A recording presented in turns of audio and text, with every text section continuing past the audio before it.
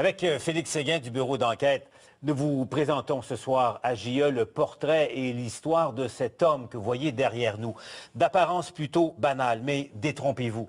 Un homme qui était au fond une froide et redoutable machine à tuer. Félix, vous avez mis la main au fond sur les confessions de Galan. C'est de la documentation exceptionnelle qu'on n'a pas l'habitude de voir chez nous. 90 000 documents, des centaines d'heures de vidéos, des milliers de photos également. Ce qui nous permet ce soir de se retrouver dans les souliers des policiers, mais je vous dirais surtout dans ceux de Gérald Galland, cet homme qui a tué froidement, méthodiquement, ces 28 hommes. Vous les voyez ici, c'est son tableau de chasse que l'on a derrière nous. Et dire, Paul, qu'il n'avait l'air de rien et pourtant, il a tué pendant un quart de siècle. À l'extérieur d'un pénitencier fédéral dont l'emplacement est gardé secret par la police, un homme de 56 ans cultive un petit jardin. Il prend un soin maladif de ses fleurs. Quand les enquêteurs viennent le chercher, épaulé par une lourde escorte policière, il se fait un devoir d'en cueillir quelques-uns. Qui est-il? Gérald Galland, tueur à gages sans merci. C'est lui qui se cache derrière les meurtres les plus médiatisés et les plus sanglants de l'histoire du Québec. Je me suis levé, j'ai sorti mon arme et je me suis en allé en direction de Bob Savard. J'ai fait feu sur lui. J'ai visé sa tête. Gérald Galland, 5 pieds 8 pouces, et un problème de bégaiement prononcé qui semble le rendre vulnérable et inoffensif. Pourtant, c'est lui qui a failli mettre fin à la guerre des motards. Il avait même accepté d'abattre l'ennemi public numéro 1, Maurice Boucher. Entre 75 et 100 ans, il y en avait de tous les calibres, là, que ce soit du revolver, mitraillette. Et effectivement, ça aurait été un bain de sang. Il a confessé 28 meurtres et 12 tentatives de meurtre. Avec ces documents inédits et jamais dévoilés au public, nous entrons dans la tête de l'impitoyable tueur. Nous nous déplaçons avec lui sur les scènes de crime. Attention, les documents que vous verrez dans ce reportage peuvent choquer. Ses victimes, Gilles Legris, Louis Desjardins, André Hens, Marcel Lefrançois, Gilles Côté, Guy Laflamme, Salvatore Luzzi, Richard McGurnigan, Pierre Langlois, Danny Paquette, Guy Laflamme, Guy Lévesque, Bruno Van Lerberg, Denis Lavallée, Alain Leclerc, Alain Bouchard, Roland Ruel, Richard Drouin, Paul Cotroni, Pierre Simard, Luc Bergeron, Yves Lessard, Yves Vermette, Israël Randolph, Jean-Marc Savard, Robert Savard, Yvon Daigneault et Christian Duchesne. Ses patrons, les Rock Machine et le Gang de l'Ouest, les ennemis jurés des Hells Angels.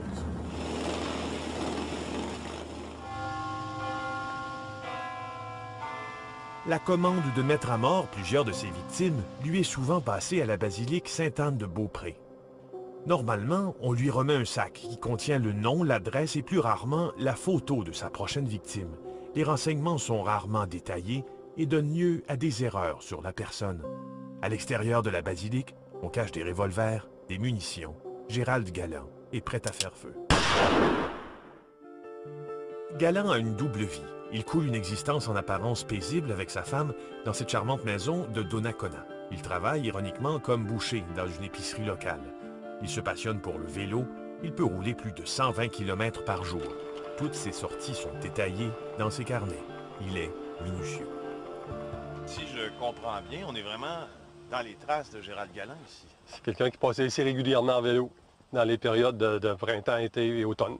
Mais en tant que maire, c'est sûr que tu regardes un citoyen qui n'a jamais eu de difficulté avec la municipalité. D'ailleurs, il venait se plaindre des fois pour des gens qui circulaient trop vite ou d'avoir plus de sécurité sur des choses.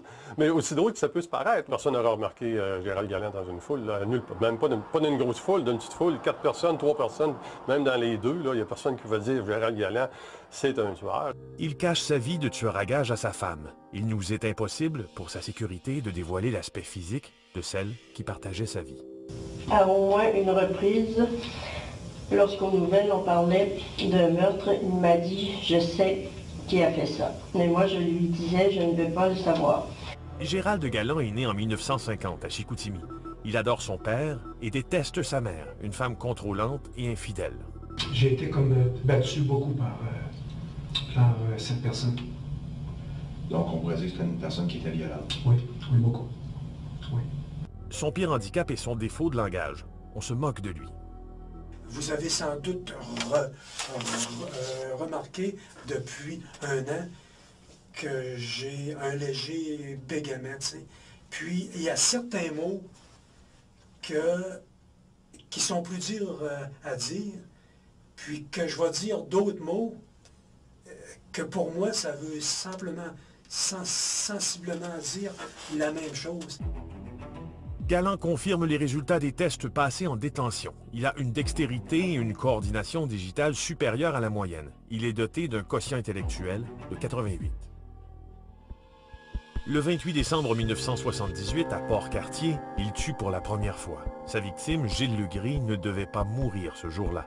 Legris a eu le malheur de narguer la petite amie d'une connaissance de Gérald Galland. Son corps est jeté maladroitement sur les remparts du barrage Sainte-Marguerite.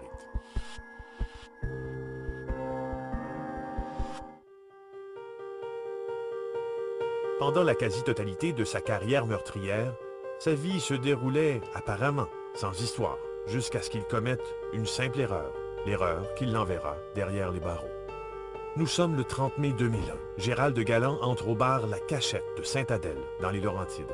Il s'apprête à faire feu sur Yvon Daigneault, mais un contretemps le force à demeurer au bar plus longtemps que prévu. Pour se fondre dans le décor, il commande une bière et il en prend une gorgée. Finalement, il repère et abat sa victime. Mais il laisse son ADN derrière lui, sur cette bouteille de bière. Cette bouteille va finalement le rattraper en Suisse, quelques années plus tard. À l'été 2004, une personne se présente ici aux locaux de la Sûreté du Québec. Cette personne-là demande à parler avec des enquêteurs d'homicide. Il dit connaître l'homme qui effectue les meurtres pour le groupe des Rock Machines dans le cadre de la guerre. Alors, il est rencontré par des enquêteurs de la Division des crimes contre la personne de la SQ ici à Québec et il identifiera M. Gérald Galland comme en étant l'auteur. Et on a monté une équipe pour mettre M. Galland en filature. M. Galland est un individu très bien organisé, très prudent, très difficile à suivre, à contrôler. En 2006, il est arrêté en Suisse pour une fraude par carte de crédit plutôt banale. Son aventure se termine dans cette petite salle d'interrogatoire de Genève. Puis je vous ai expliqué que vous étiez soupçonné.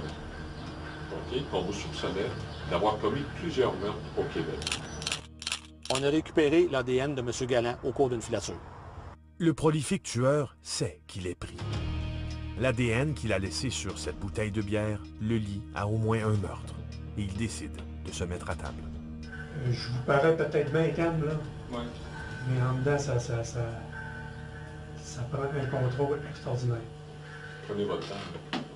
Extraordinaire. Extraordinaire parce que vous n'êtes pas sans savoir que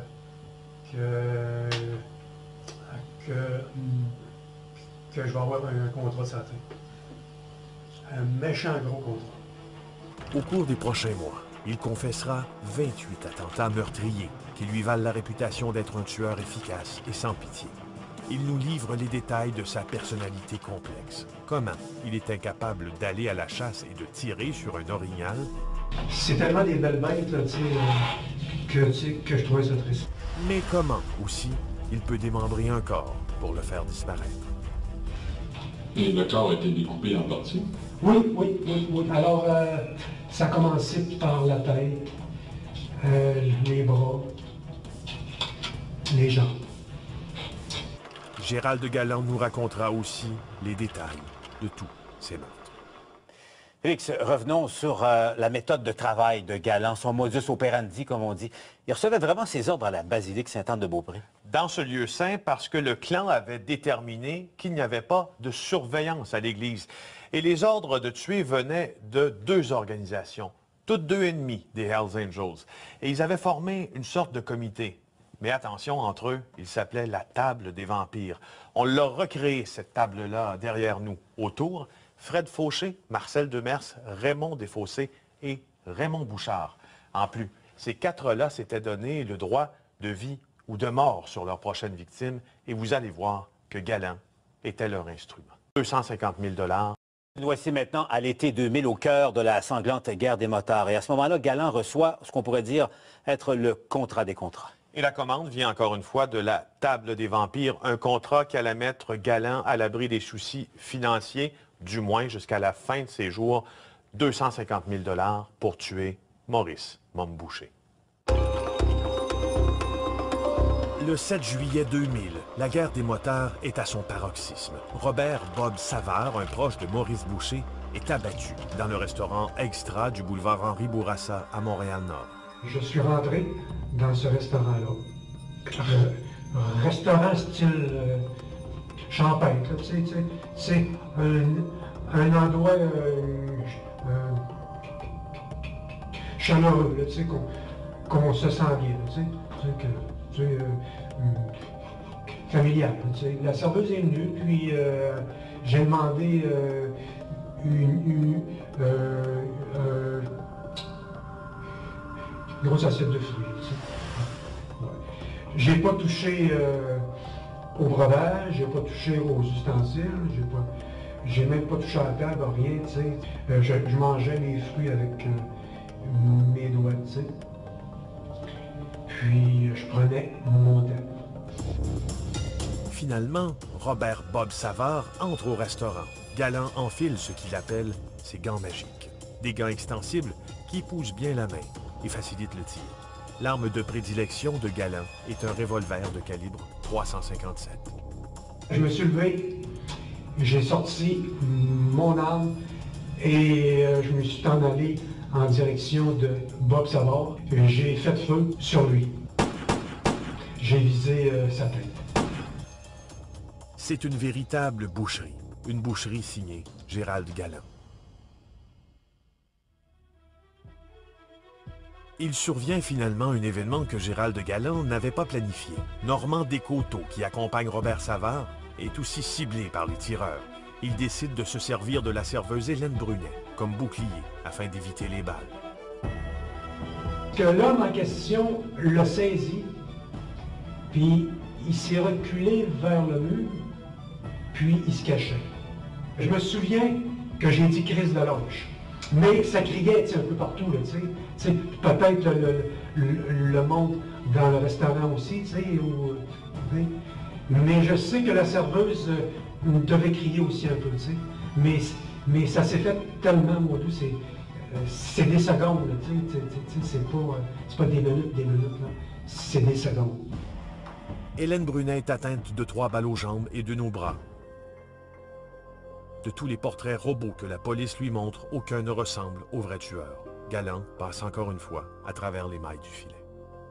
Je ne sais pas si Mlle Brunet va voir cette vidéo-là un jour, mais j'ai été très affecté de qu'est-ce qui est arrivé là. Mais je ne l'ai jamais fait voir devant mes partenaires. Parce que si j'aurais monté un signe de faiblesse, j'étais un homme mort. M. Galland est un tueur très efficace pour les organisations, pour l'organisation qui le commanditait. Il était très discret, c'était le profil parfait. Et c'est de là une des grandes difficultés. Pourquoi il a réussi à passer à travers le filet pendant tant d'années, c'est que M. Galland, d'abord, il fonctionnait avec 2 dates de naissance. Ça n'a pas toujours été rendu les choses faciles. Mais M. Galland était un homme qui, de par sa façon d'être, de par ses allées et venues, sa façon de vivre, a passé sous le filet. Le 17 décembre 1996, le membre en règle des Hells, Bruno Van Lerberg, s'écroule sous les balles de Galland alors qu'il est attablé au Resto Brou dans le quartier Vanier à Québec. C'est le premier Hells Angels à être victime de la guerre des motards dans la vieille capitale. C'était le premier réel contrat qu'il avait dans le cadre de la guerre et c'était également le premier membre en règle des Hells Angels que M. Galland abattait. Qu'est-ce qui fait que quelqu'un peut se mettre à tuer quelqu'un? On peut imaginer, par exemple, la jouissance de prendre le contrôle d'une situation, de faire taire quelqu'un pour toujours. C'est un acte de puissance, tuer quelqu'un. Gérald Galland, lui, est en train de planifier le plus gros coup de son histoire.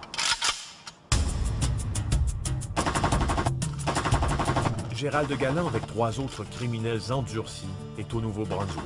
Il se trouve au lac Glacier, dans un coin reculé de la province. Le mandat qui leur est confié risque de bouleverser le Québec en entier. Il se prépare à faire tomber le chef de guerre des Hells Angels, Maurice Mom Boucher. Un contrat d'une valeur de 250 000 $. Raymond, il dit, la guerre, là, faut que ça finisse. Faut que ça finisse, là, il dit, c'est assez. Alors, c'est là que vraiment la mise du complot s'est mise en marche. Raymond Desfossés avait une adresse en particulier, un salon de coiffure, que Maurice Mom Boucher allait à chaque semaine. Il allait faire sa petite coupe là, avec tous ces petits pics en veille. Le groupe passe 3 jours à s'exercer avec un véritable arsenal, près d'une centaine d'armes de tous les calibres.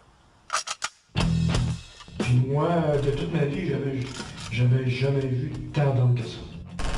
Moi, j'ai pratiqué avec des carabines, j'ai pratiqué avec des mitraillettes, j'ai pratiqué avec une 300 Magnum.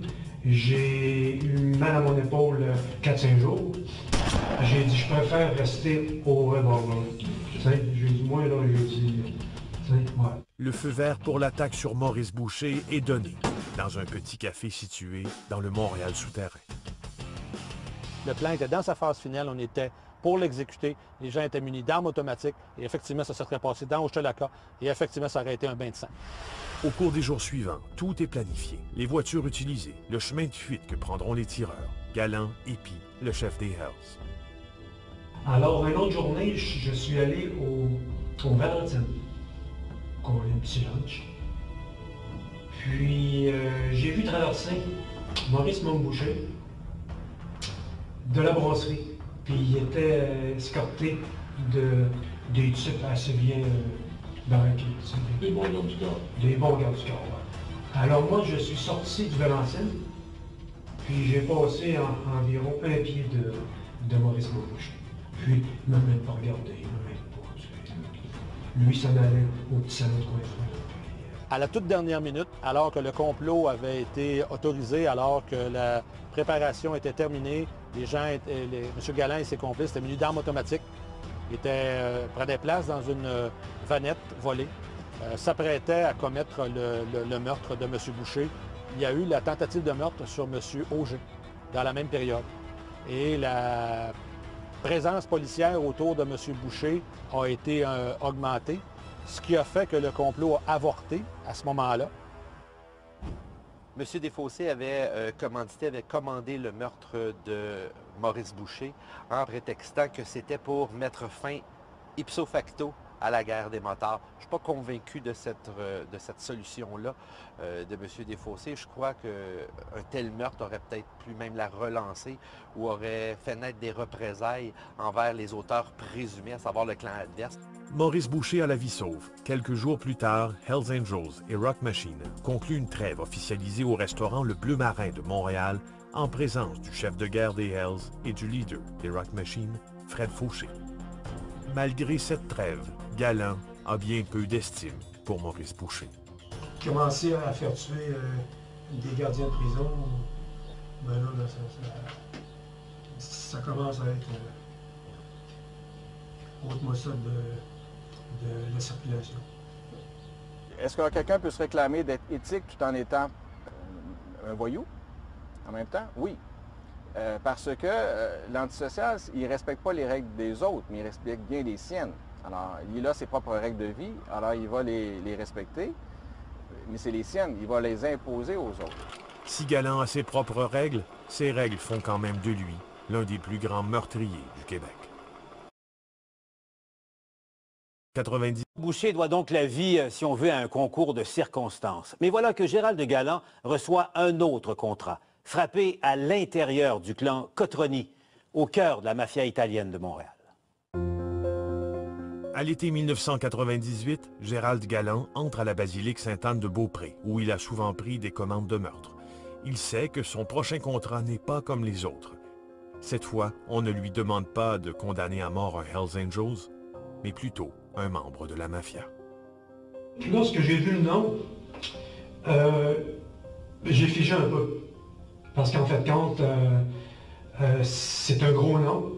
On ordonne à Galland d'éliminer Paul Cotroni, le fils de Frank Cotroni, un parrain de la mafia montréalaise.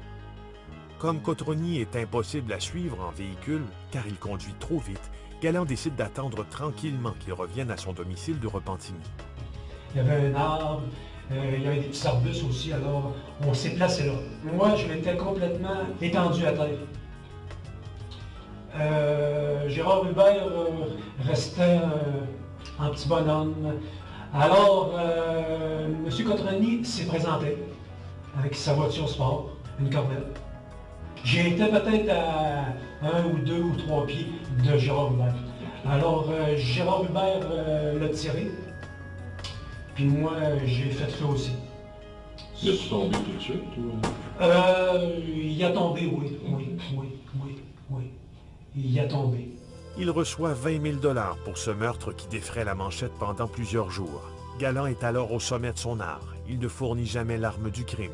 Il a toujours 2 revolvers. Le premier pour laisser sur la scène, le deuxième en cas d'imprévu lors de la fuite. Il laisse, presque tout le temps, une arme sur les lieux du meurtre. Gérald Galland n'avait pas besoin de se déguiser. Il mettait sa casquette, il y avait sa petite barbe, des fois il y avait juste une moustache. Il était comme un fantôme sur les scènes de crime. Toutefois, quand les circonstances l'exigent, il peut se montrer très audacieux. En mai 1990, Galland reçoit le mandat d'abattre un autre Italien, Salvatore Luzzi, l'ex-propriétaire du bar de danseuses montréalais $1 Million Night Club, dont la maison est à vendre à Lorraine. J'étais habillé avec un très bel habit, une chemise blanche, cravate, puis tu sais, j'étais bien là. Ça fitait avec ce quartier-là. Et je lui ai dit bonjour monsieur, je m'excuse de vous déranger. J'ai vu que votre maison était à vendre. Puis, ça serait-tu possible de voir votre maison? J'ai dit, si ça vous dérange, je peux téléphoner au courtier, puis fixer un rendez-vous. Le monsieur, il m'a dit non. Et il dit, ça ne me dérange pas du tout. Pendant la visite de la cour arrière, Galland lui tire plusieurs balles à la tête près de la piscine. Luzzi décède 3 jours plus tard. Entre 1990 et 2000 seulement, il a commis 20 meurtres pour le compte du caïd Raymond Desfossés et ses associés. Il s'est transformé en véritable fantôme sur les scènes de crime. Jamais les portraits robots dressés à l'époque ne l'identifient. Les policiers n'ont jamais pensé que Gérald Galland pouvait être suspecté, à tel point qu'on pensait même qu'il y avait plusieurs tueurs à gages, qu'il y avait plusieurs Gérald Galland. M. Galland a fait des homicides avec sa propre voiture. Alors, M. Galland était assez brillant pour brouiller les pistes. Dans un des homicides, sur son chemin de fuite, il a laissé un espadrille de pointure 12, okay, pour laisser croire, par exemple, aux enquêteurs que l'auteur du meurtre portait des 12, alors que M. Galland est un individu qui porte beaucoup plus petit. Félix, on réalise que si Galland est si redoutable, c'est notamment parce qu'il est passé maître dans l'art de mystifier tout le monde, si on veut. C'est bien exact. C'était sa force. Il prend tous les moyens pour éviter d'être pris. Galland n'est jamais la proie, c'est toujours le chasseur. Et dans les confessions, il raconte comment il a froidement disposé du corps d'une de ses victimes. Vous allez voir, d'une manière horrible. Le 12 mai 2003, près de Québec, Gérald Galland est maintenant quinquagénaire. Il a déjà subi un infarctus qui ne l'a jamais empêché de tuer. Il reçoit une information qui le trouble. Christian Duchesne dit « Le prince veut le voir mourir ». Alors, pendant plusieurs mois, ça devient très fatigant à chaque conversation. Il me disait de faire attention, de faire attention. Alors, à force de me le faire dire, ben, on vient comme sur les nerfs un peu, on vient nerveux, puis là, j'ai dit, il veut me tuer, tu sais. Là, je me suis décidé. J'ai dit, OK, j'ai dit, je vais le faire. Avant qu'il vienne me tuer. On lui a monté un bateau. M. Galland a été convaincu par les membres du crime organisé que le prince voulait l'assassiner. Il n'est pas impossible de croire, l'enquête démontre qu'effectivement, le prince avait peut-être des débuts d'intention, des premiers balbutiements, il pensait peut-être à le faire, mais il était loin de passer à l'acte. Mais M. Galland, lui, on l'a convaincu que Duchesne allait passer à l'acte rapidement, alors il a pris les devants. Il a décidé d'agir le premier, de là le piège qui lui a été tendu ici. Nous avons eu accès à un document exceptionnel. Les enquêteurs ont en effet amené Galland sur les lieux mêmes de l'un de ces meurtres. Expert pour effacer ses traces, Galland reproduit alors une technique qu'il a utilisée lors du meurtre de Louis Desjardins en 1980 à Port-Cartier sur la Côte-Nord. Il étend une pellicule de plastique à l'endroit où il veut abattre sa victime. Il ne lui reste plus qu'à l'enrouler dans celle-ci pour disposer du corps. Selon ses déclarations, cette technique a l'avantage de ne pas souiller les lieux du crime. Ce qui est remarquable dans ce meurtre-là, ce qui doit être souligné, c'est que c'est un des membres de sa famille à M. Duchesne. C'est un membre de famille à M. Duchesne qui l'a amené ici, qui l'a amené dans un piège. Écoutez bien avec quelle froideur il nous raconte la suite des événements. Moi, lorsque je l'ai eu dans mon champ de vision, j'ai sorti de mon domaine. Christian Duchesne s'est tourné, il m'a vu. Moi, j'ai fait feu, puis il a foncé sur moi. Okay. À quel endroit il s'est écroulé? Il s'est écroulé environ à quelques pieds de moi, proche de moi. Le meurtre se déroule tel qu'imaginé par Galland et il prend la route avec le corps de sa victime dans le coffre de cette voiture de location, direction Bréquéville, en banlieue de Lévis.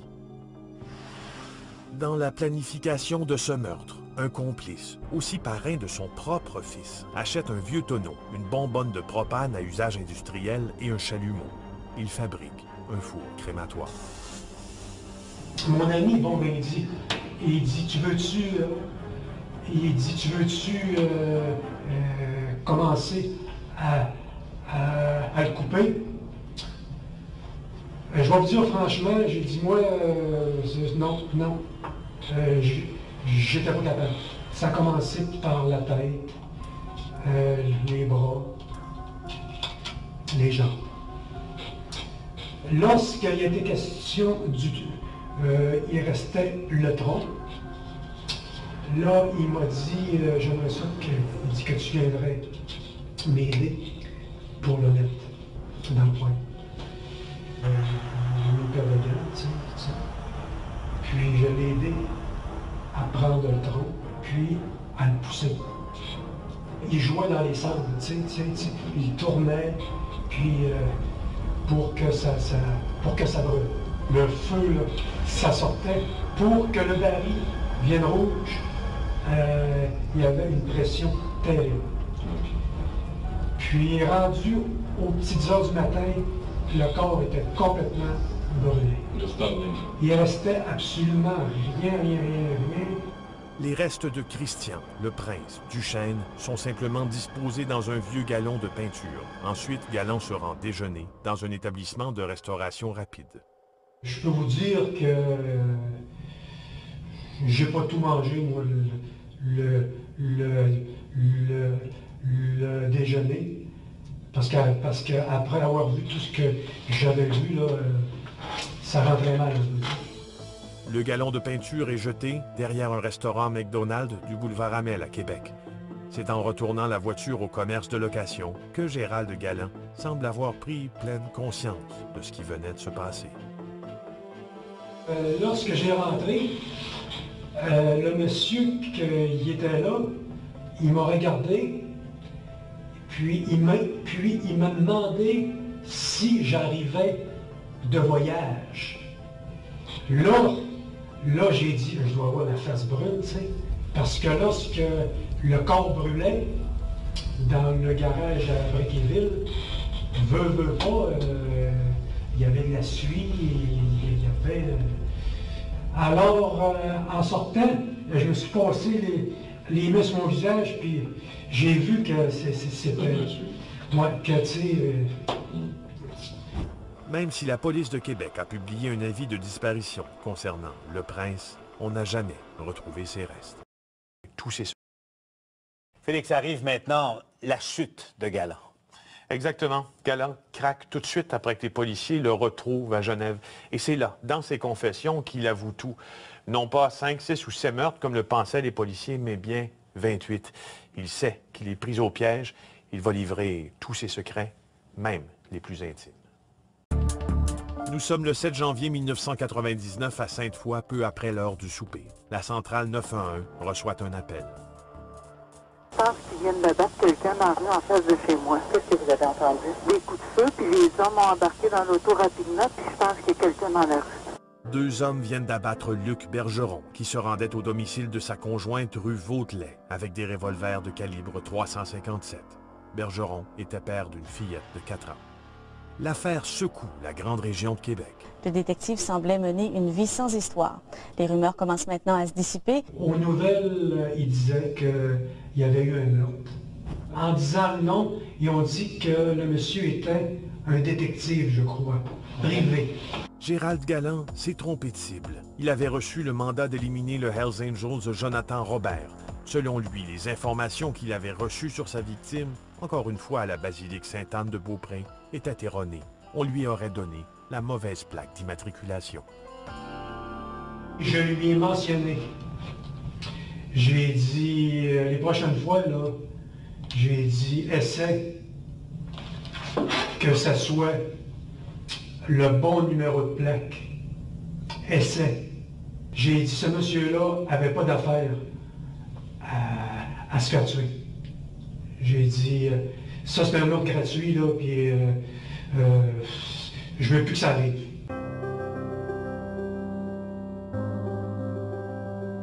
Quand il a commencé à se mettre à table, il a libéré sa conscience d'une certaine manière, ça lui faisait de plus en plus de bien. Et je pense qu'il est sincère dans les remords qu'il a. Moi, je pense, je peux me tromper, mais je pense qu'il est sincère quand il exprime des regrets. Est-ce que se sentir coupable à un moment donné pour quelqu'un qui a tué plusieurs personnes, c'est plausible?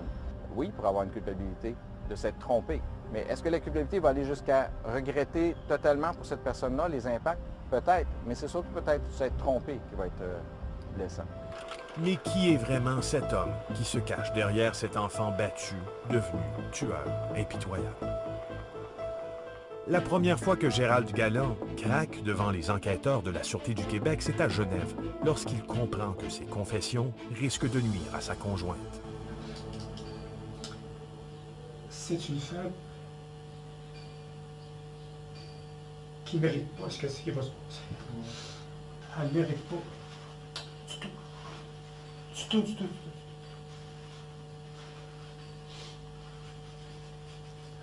Ça fait combien de temps que vous êtes ensemble? Je vais détruire cette femme-là.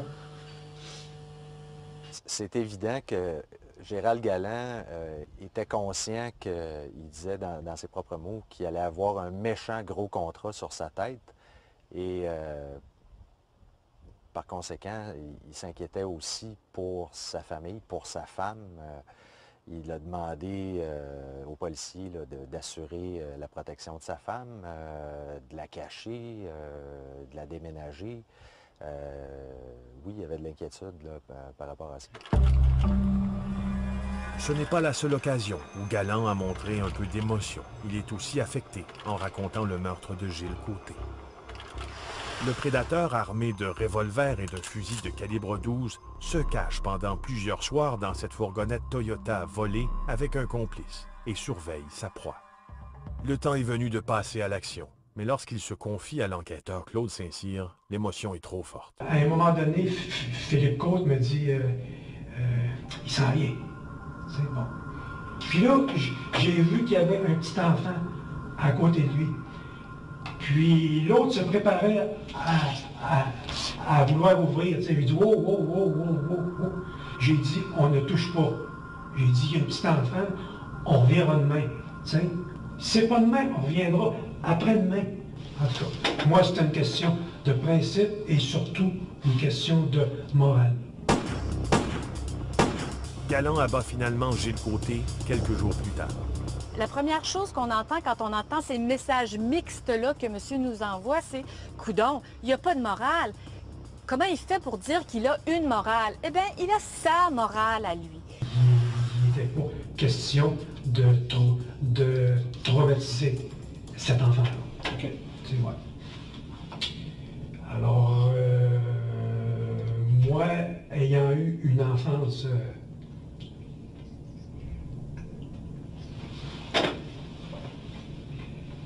malheureuse, alors... OK.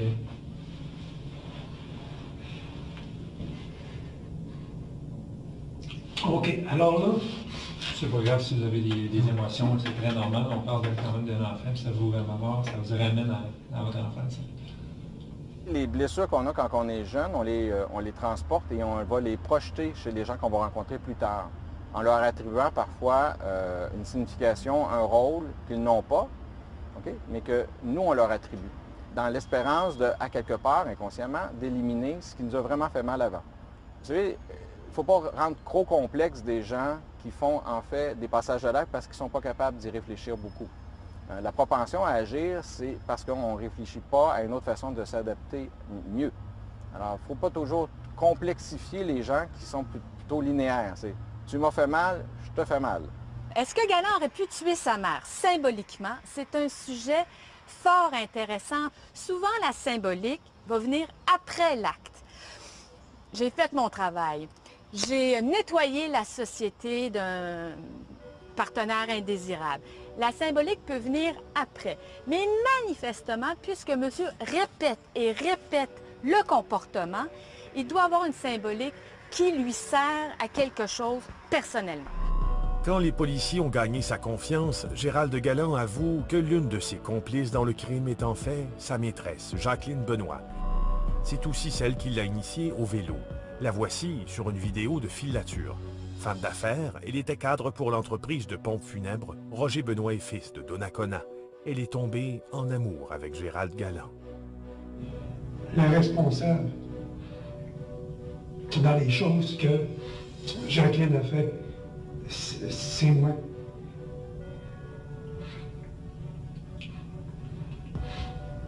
Je l'ai simplement manipulé, si on veut. Lors de ses confessions, il sait que Jacqueline Benoît l'a aidé à commettre des meurtres et il sait aussi qu'il s'apprête à ruiner sa vie. Je vais toujours avoir le regret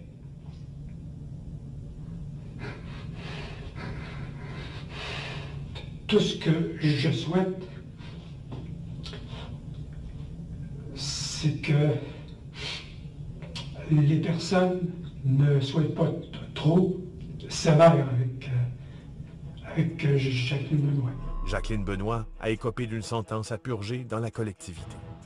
Les révélations de Gérald Galland ont permis à la Sûreté du Québec et au service de police de la Ville de Québec de mener à bien une enquête baptisée Projet Baladeur, coordonnée par le sergent Steve Girard.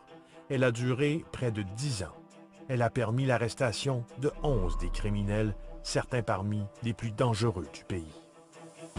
Figurent sur cette liste Raymond Desfossés, Raymond Bouchard, Marcel Demers, Frédéric Fauché et le complice sadique de Gérald Galland, Gérard Hubert. Tous les accusés ont plaidé coupables d'avoir commandé des meurtres ou d'avoir aidé Galland à les commettre sans même subir leur procès.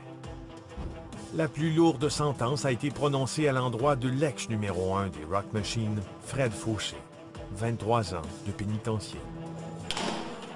Malgré la complexité de toute cette affaire-là, malgré que la preuve en grande partie reposait sur les épaules d'un témoin repenti, on a été en mesure de sortir de la circulation une dizaine d'individus fortement criminalisés pour différentes périodes de temps. Donc, c'est la satisfaction d'avoir, oui, effectivement, sauvé des vies, parce qu'on le sait qu'on a sauvé des vies dans ça. C'était pas terminé. M. Galland, il y aurait eu d'autres contrats. Sa carrière n'était pas terminée, là. Même derrière les barreaux, Galland demeure un être paradoxal. Il va jusqu'à insister auprès de l'enquêteur afin de pouvoir faire des marches en forêt en échange de sa collaboration. Écoute bien, là, je ne suis pas une agence de voyage. Non. OK? Mais il y a tellement de beaux sentiers pédestres, là. Je te fais pas de promesses. En toute sécurité. Gérard. Tu sais, puis ça fait du bien, Pierre. Gérard, je te Ça fais fait du pas. bien, Oups, ça remonte, ça, là. Galland a été condamné à 48 peines de prison à vie pour meurtre et tentative de meurtre. Il fait toujours pousser des fleurs, mais lorsqu'il pourra profiter de l'air pur, il aura plus de 80 ans. Félix, ce qu'on vient de voir ce soir, l'histoire de Galland, c'est au fond un chapitre important de l'histoire du crime au Québec. Mais vous savez, le travail journalistique derrière les confessions de Gérald Galland, c'est bien plus que de plonger le public dans la tête d'un tueur à gages, exemple. C'est aussi voir à travers ses yeux toute une portion d'histoire contemporaine du crime organisé québécois. Mais Paul, vous devez être convaincu d'une chose. Si Galland n'avait pas été le tueur des Rock Machines, la guerre des motards aurait pris une toute autre tournure. On n'aurait jamais été la même. Avec Éric Thibault, qui est journaliste et qui a collaboré à l'émission JA de ce soir, vous verrez au cours des 7 prochains jours dans le Journal de Montréal et de Québec, 4 pages par jour sur l'affaire Galland. C'est du jamais vu. Du jamais vu également, ce site Internet qui est consacré à l'affaire Galland. Il est en ligne maintenant sur le site du Journal de Montréal.